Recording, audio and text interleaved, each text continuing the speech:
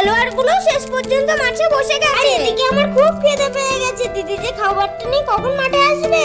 আমার আর এসব একটুও ভালো লাগছে না। শালা এক্ষুনি এই রাস্তার মাঝে তেঁতুল গাছটায় ধাক্কা খাচ্ছিলাম। অসভ্য ছেলে একটা খাবারটা নিয়ে আসতে পারে না সঙ্গে করে। আর সব থেকে বড় কথা, এত লোকের মধ্যে আমি ভাইকে কোথায় খুঁজবো বুঝতে পারছি না। এখানে হাজার হাজার লোক বসে এই আছে। বৃষ্টি কাদা জলের মধ্যে ফুটবল খেলা দেখতে যা মজা লাগে না। এই কাদা জলের মধ্যে সারা জায়গায় খুঁজলাম, এত হাজার হাজার লোকের মধ্যে ওকে তো আমি খুঁজেই পাচ্ছি না। কি যে এই বৃষ্টি কাদা জলের মধ্যে সারা জায়গায় হেঁটে হেঁটে ওকে খুঁজলাম, কিন্তু কোথাও পেলাম না। এদিকে খাবারটাও নষ্ট হয়ে যাবে, আর আমারও খুব খিদে পেয়ে গেছে। কিছু করে বুঝতে পারছি না। কোথায় গেলে দিদি? আমি তোর জন্য খাবার রাখতে পারলাম না ভাই।